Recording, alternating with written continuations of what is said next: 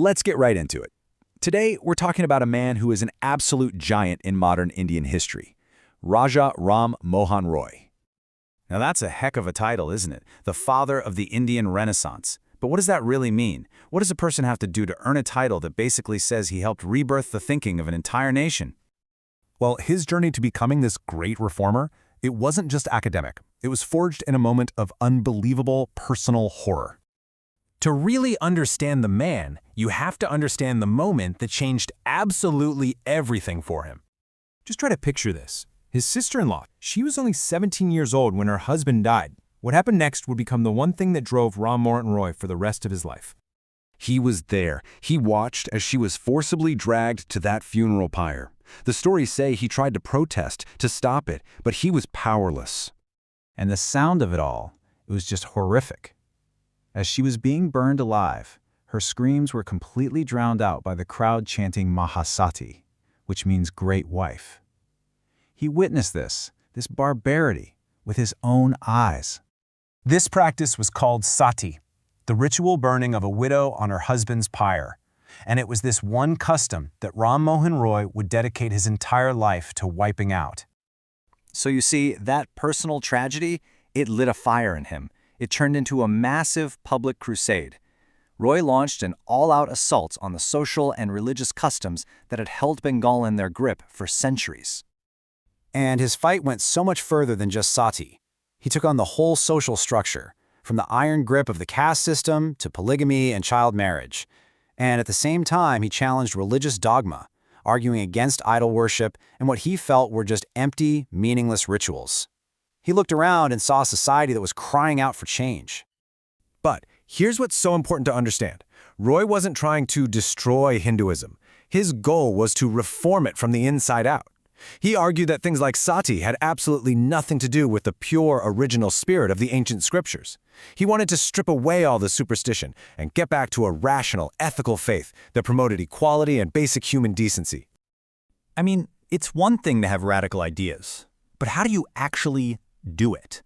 How do you convince an entire society to turn its back on traditions it's held forever? Roy's answer was simple. You have to build. He knew that to really change people's minds, you had to create brand new platforms for new ways of thinking and learning. And his approach was so methodical. He started in 1814 with the Atmiya Sabha, which was basically a discussion group. From there, he built schools that blended Western science with Indian philosophy. And all of that work culminated in 1828 with the Brahma Sabha, a movement that would become the engine of social reform in India for decades. But his influence just kept expanding. He was a pioneer of the Indian press, publishing newspapers to talk about then radical ideas like civil rights. He literally professionalized the Bengali language by writing its first grammar book. In everything he did, he was fighting for modern education and a free press, and he wasn't afraid to stand up to British censorship. He was building the actual tools of a modern nation. In the last few years of his life, Roy took his campaign right to the very heart of the British Empire itself. So in 1830, he travels to England, and he's got three big goals. First, he's acting as an envoy for the Mughal emperor.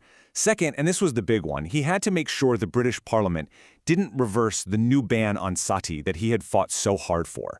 And third, he was there to argue for the emperor's finances.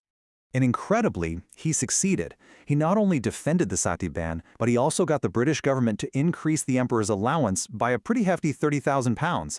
It just goes to show you the kind of influence he had on the world stage. But tragically, he would never see India again. He died of meningitis in Bristol in 1833. A reformer right to the very end, buried on foreign soil. So what is his ultimate legacy? Well, it's so profound and so complex that even some of India's greatest thinkers who came after him couldn't quite agree on it. Take this debate, for example. You had Mahatma Gandhi, who later criticized Roy's embrace of English education because he worried it might stifle independent Indian thought. But then you had the great poet Rabindranath Tagore, who saw it totally differently. He argued that Roy was no schoolboy of the West, but instead a friend of the West, who used his deep understanding of Indian wisdom to engage with the world. And that leaves us with this huge final question. To modernize, to reform, to end these cruel traditions, do you have to adopt the tools and ideas of another culture? The life of Raja Ram Mohan Roy doesn't give us an easy answer, but it forces us to ask, what really is the price of progress?